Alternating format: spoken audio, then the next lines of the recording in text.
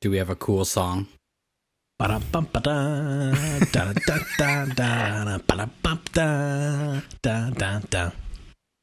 you go. There's your song. That works. Hey, welcome to the MTS Podcast. I'm Matthew, and today I'm joined by my friends Duke, Will, and Caleb. We just want to take a moment to introduce ourselves, let you know who we are. So I'll start. Hey, I'm Matthew. I work for Community Reformed Church in Zeeland, Michigan. I'm the tech director there. Also, I've started this cool organization called Ministry Tech Solutions, where we just get to help churches come up with solutions and tackle their technical problems. I'm Duke. I also work at Community Reformed Church. I am the associate to Matthew. I am mainly an audio guy, musician. So I do all the things audio. I'm Caleb. I work for Downtown Christian Church in Grand Rapids. I'm the production director there. And I am really bad at eye contact on Zoom calls, so you're not going to get that out of me. I'm sorry. That's fair. And I am Will. I do content creation for Community Reformed. I do content creation for my own business, video and photography stuff. And I am also the tech director of Gospel Community Reformed. Oh, nope, just Gospel Community. One would say that tried to add another reformed on that. Double reformed. No, one would say you're probably the one who's most stretched thin of the three of us, probably, with your multiple hats. Yeah, because with those three things that I'm doing, I still need another job. Got to pay that rent. I can relate to that. I didn't list every single thing I do. I just was trying to keep it relevant, but we got to save some time somewhere. So this episode is being recorded on Tuesday, July 7th. We're still in the middle of this the year 2020, year of our Lord. The lovely pandemic we've found ourselves in. And what's very interesting about this, at least from my perspective, is suddenly everybody, including us, oddly enough, because we're here, has had to become a content creator to stay relevant with what's going on in the world. So, you no longer have face-to-face meetings as much. We have these Zoom calls, and we're just getting so used to this. But so many companies, so many churches have had to make this huge, sudden shift to an online presence. And nobody was, I don't want to say nobody, but a lot of us didn't see it coming. At least not in this way. We knew online and social and digital and all this was something that we had to tackle, or we had to tackle better, and we were suddenly forced to. And right now we're even looking at what our fall is going to look like and how much more content we're going to create that way. Caleb, how has the shift been for your church, shifting away from being able to meet in person to meet online and then also create that content?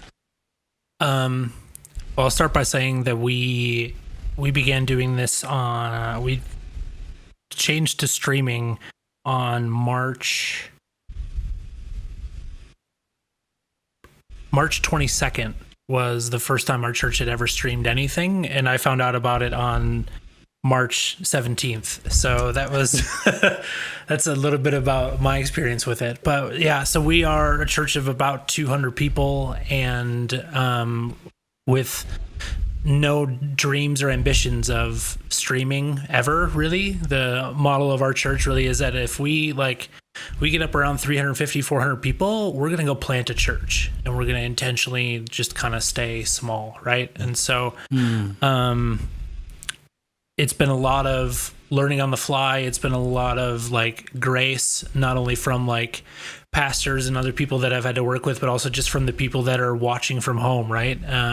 There was our second week, I had some fun with, and I'm sure we'll get into tech stuff later, but I had the card out of my desk set to all channels on the desk instead of just left and right out. And so I'm calling directions to the band who are around the corner in my pastor's like living room, and I'm in the dining room at his table with 3 displays and my computer trying to run this stream, and I'm like talking to them like, all right guys, we're gonna start here just in like 30 seconds. This is going to be great. Everybody loved it last week, blah, blah, blah, blah, blah. And everybody's hearing everything. And like somebody comments on Facebook, like, oh, I feel like I'm part of the band. I can hear the click track and the cues. And, and I'm just like in meltdown mode. And there's 35 people texting me, dude, do you know that we can all hear it? So, yeah. It's been not a lot of that, thankfully, but it is like, I've been saying that I feel like I've learned a year's worth of stuff in just weeks. And I think that best kind of sums up my experience with it. Yeah. Right. And Duke, I know you and I both being at Community, we've already been live streaming for 3 years now, prior to this. So there was really nothing that was thrown at us other than deciding whether or not we were just going to live stream our services as is, or are we going to do something pre-produced. And our leadership decided that they wanted to keep things as consistent as possible for those viewing. So honestly, if you viewed one of our live streams from pre-COVID to currently happening, there's really not a difference other than we don't zoom the camera out and get those wide shots just to show that we're singing or teaching to an empty room.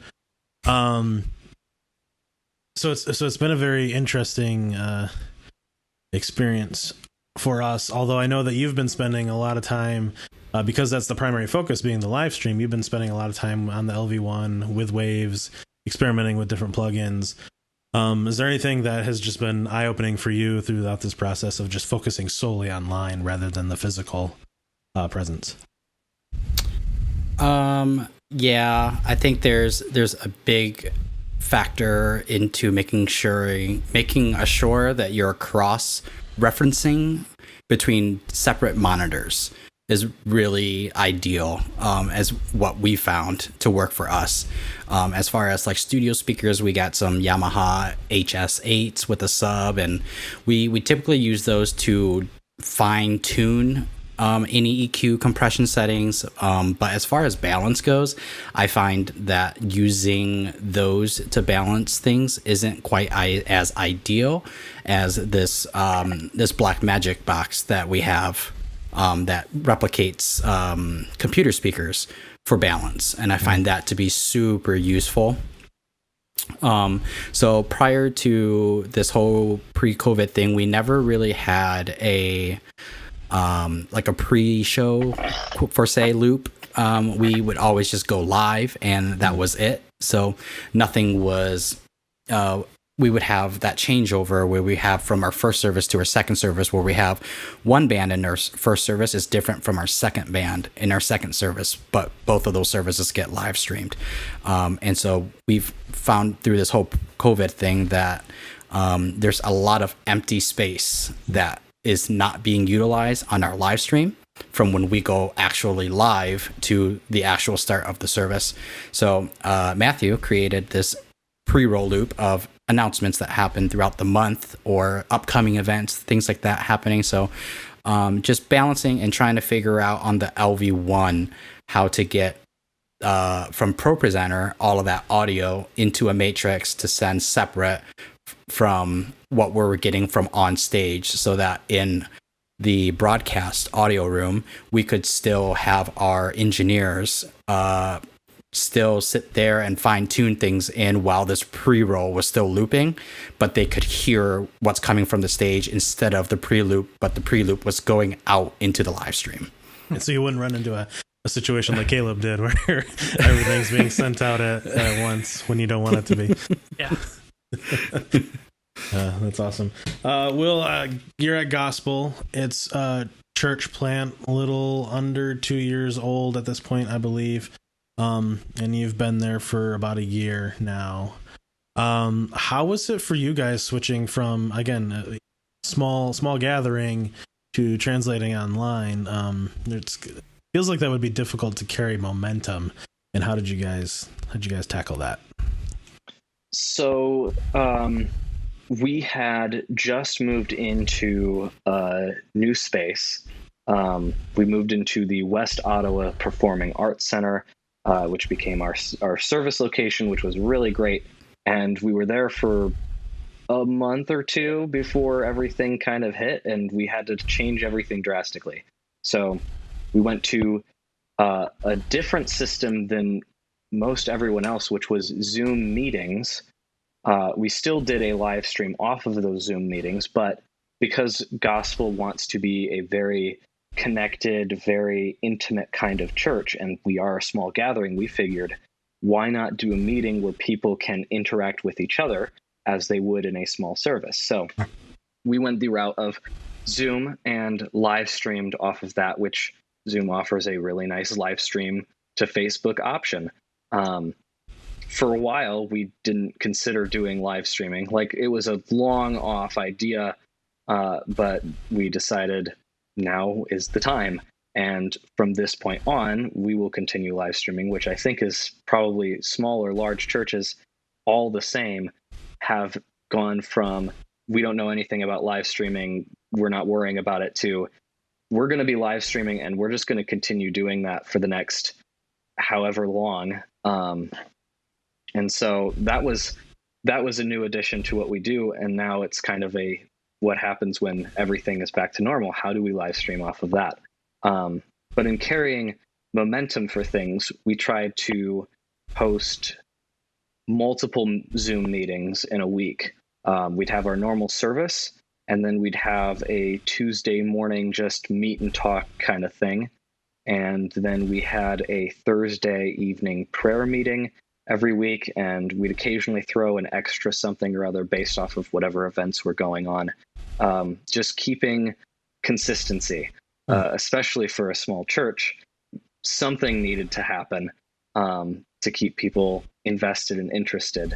And it's slowed down a lot now because everyone has started going back to a more traditional service. But that was a good thing for us to have done. And we haven't, so far as from what we can tell, is we haven't shrunk much as a church, which is really great. And we will continue with the live streaming, which actually became a really, really good outreach to people that we weren't expecting. We ended up with hundreds of people watching our live stream some of these days, whereas we only ever had 70 people attend a service. So we have some people watching who weren't always, and that's always a great thing. Caleb, what are you guys using as a platform for streaming and getting your guys' content out there? We broadcast on YouTube and Facebook simultaneously, and so we just host it from Restream. Okay. Yeah, just do the little, it's like $20 a month or something to be able to push to like 2 or 3 different domains or something at the same time. So awesome. Has that been pretty reliable for you guys? Yeah, I haven't had any problems with Restream. Especially in relation to church stuff. I think the first couple weeks I got nabbed on YouTube for like playing music from iTunes before we started, right? Even though it was like music written by someone who goes to my church. Yeah. Yeah, it's been great. Restream's cool. And I'm back to using just like, I call it vanilla OBS, like just OBS. I was using Streamlabs OBS for a minute, but they've got some, dude, they must be like the smallest team in the world of devs or something. Well, one, they're owned by Logitech, but they're just kind of like a little like, hey, we're going to do this. But like, they've got some problems with some Blackmagic like compatibility. And it just was, you and Matt and Duke remember me like texting you that one day, I've been here for 14 hours. I can't get this thing. How do I make it work? Yeah. And then turns out you can't do anything about it. Well, yeah. But yeah, I don't know. So I'm just back to regular OBS, and I only just got a reply on that Streamlabs ticket I opened 3 weeks ago, like 2 days ago. Like legit last week, they finally replied. I was like, oh, thanks. I'm good now. They're on top of it. Yeah, we've been using, we originally started live streaming using the livestream.com service. It worked okay for our first year. The one thing I didn't like about it is if it crashed, if the stream went down for any reason, it was a pain to get it back up, and you had to wait for it to recover, which also would happen with OBS, I guess, as well. And then we have, unfortunately, very spotty business internet at our location, and there's not much we can do about it. We've limited our guest network on Sunday mornings, which seems counterintuitive, kind of, and just try to dedicate as much bandwidth as we can to live streaming. And it just wouldn't work for us, and then you'd restart the software and it'd grab the FaceTime camera from the laptop rather than the input from the Blackmagic, and suddenly your tech is standing there staring at a picture of themselves trying to figure out what in the world's going on. You couldn't change inputs while the stream was live, so you had to kill the stream, change inputs, bring it back. It was just a pain. Sounds like a great time. Oh, it was so good. And then about a year and a half ago, we learned a lot. Yeah, a year and a half ago, we switched to a company called Boxcast. And one thing I love about them is they have a dedicated little hardware box. It's got an HDMI port on one side and a power and Ethernet jack on the other side. And it ties to their server. It has a Wi-Fi backup. You can connect it to the Wi-Fi too. We literally set this thing up and we don't think about it. It just sits in our rack. It's got 3 green indicator LEDs on it, and you schedule everything through the website. It's all automated as far as starting and stopping and stream destinations. It allows us to broadcast to YouTube, Facebook, our website, or app, basically anywhere unlimited you want to restream it to. So it'll go from our site to their servers and then out to the world. That service is $99 a month. It comes with some DVR functionality too, and it's worked really, really well for us.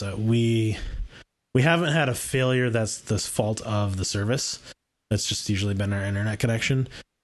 But the way they do CDN that works really well, that I enjoy, is technically every device that's viewing your stream is acting as another node for delivering your video to the final user. So as more and more people start to watch your video and it becomes buffered across the internet, players have many more sources to pull your video from, so they get a solid stream as well. And if the internet does go out on you, which it did this past Sunday, or was it during VBS? I can't remember. Either way, it dropped out completely. It went into the red.